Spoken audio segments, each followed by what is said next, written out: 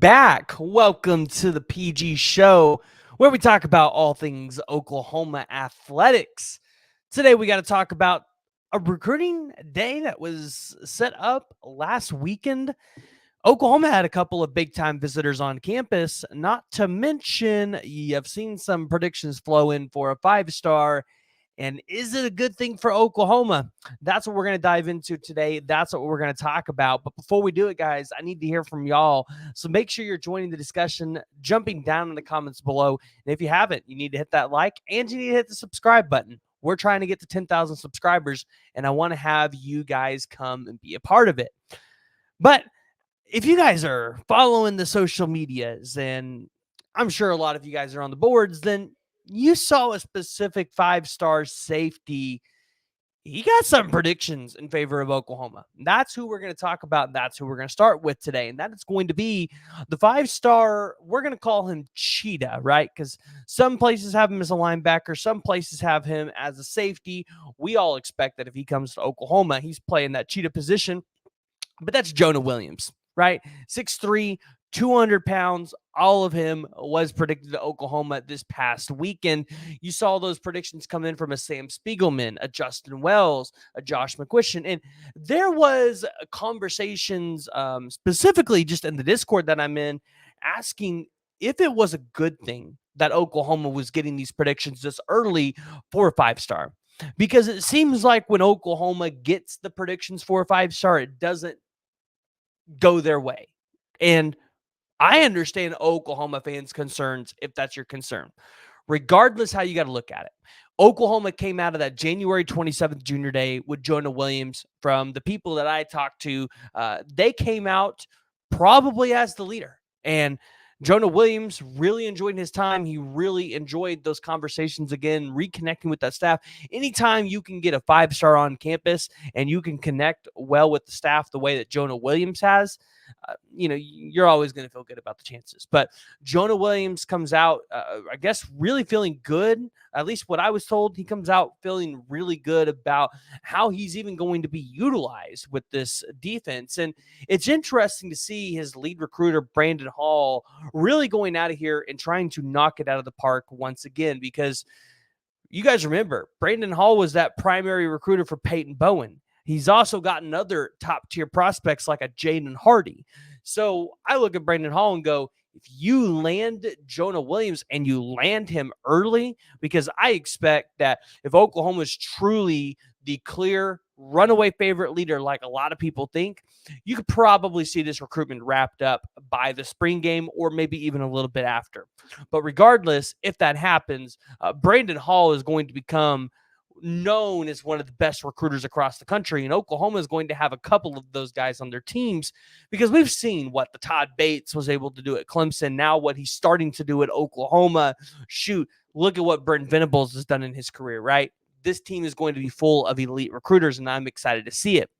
But additionally, before we get into a prospect here in Oklahoma that I feel like may be trending away, we got to talk about a couple commitments that came in. And everybody knows about Ryan Foje, the offensive lineman that committed to Oklahoma this past weekend, ran a 5.2 40, pretty fast for an offensive lineman. He's versatile, can play on either tackle position. So this is a guy that Bill Bedenbaugh loves because he's flexible to play either one. And, Bill Bedenbaugh likes guys that can play multiple spots on the offensive line.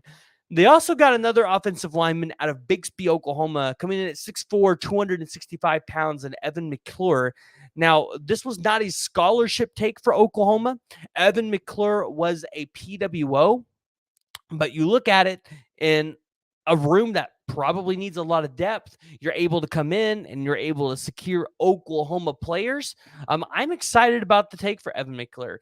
Even if he doesn't really get to see the field a whole lot, I have no doubt in my mind that being a kid from the state of Oklahoma, he's going to come in there and push everybody to be a little bit better, because it just means a little bit more when you're playing for the team that is in your state, that has really just been a dominant force in college football.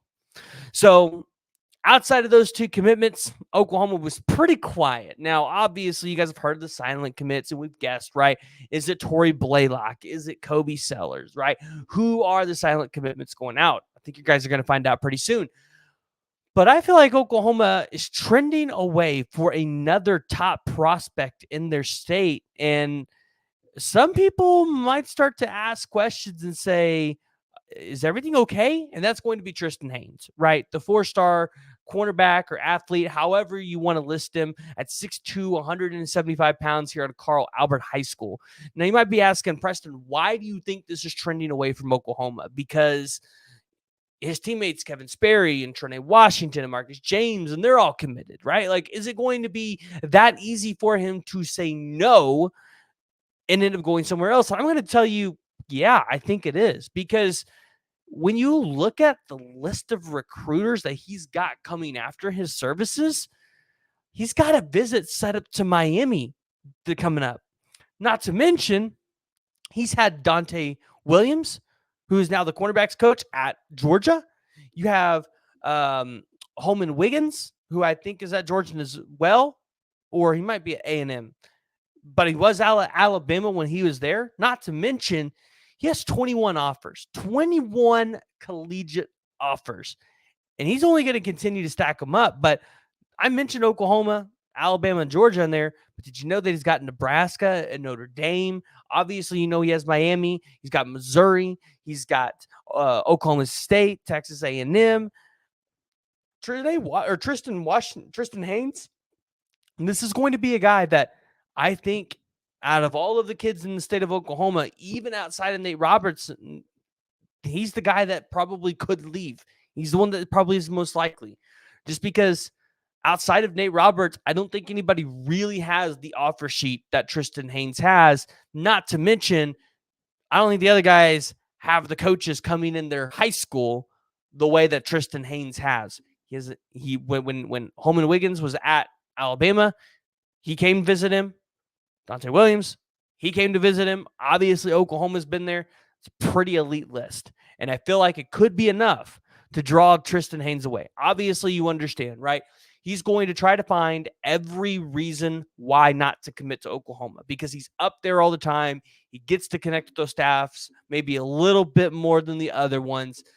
With his elite talents, he's going to try to find that reason, and you understand it. So he recently made trips to Georgia in Missouri, and then here in Oklahoma on the junior day. And if you follow the recruitment, it's pretty evident that he might be looking to go elsewhere. It's one that you want to pay attention to. It's one that you want to watch.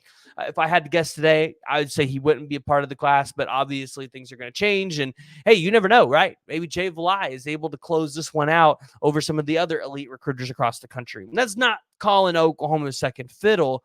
I'm just saying, a guy like this that grows up in the state, maybe he starts to look at the places and go, I could leave the state of Oklahoma and I could go play for another top tier program as well.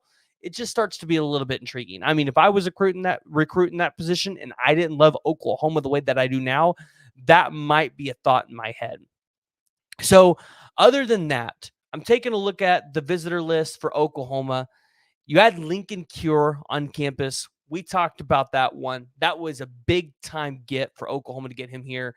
Caden Knighton, Cooper Perry, Elijah Barnes, Dawson Merritt, Marcus Wimberly, Ryan Foje, Cortland Gullery, and then you had 4-star wide receiver in 2026, Jalen Lott. So the March 9th junior day is going to be the next big one, right? It's going to be equivalent to what the January one was in terms of how many players you have on campus. And it looks like they're going to really focus on some defensive line guys because they've got Trent Wilson coming on, Xavier Ukpono, Garrison Utley, Jordan Davis, Felix Ojo, and a couple of 2026 guys. So obviously, just to start out, you see that the March 9th junior day, it's going to be big. It's going to be exciting. And I want to hear from y'all. I want to hear what your guys' thoughts are, not only around the Jonah Williams predictions. Do you agree with them? But, what are your thoughts around some of the commitments for Oklahoma that they've got? Because they got 2 of them. One of them flew a little bit under the radar. We're going to talk about that one in a later video. So I'd love to have you guys pull up to that one too. If you haven't already, hit that like, hit that subscribe button. Hey, and YouTube wants you guys to watch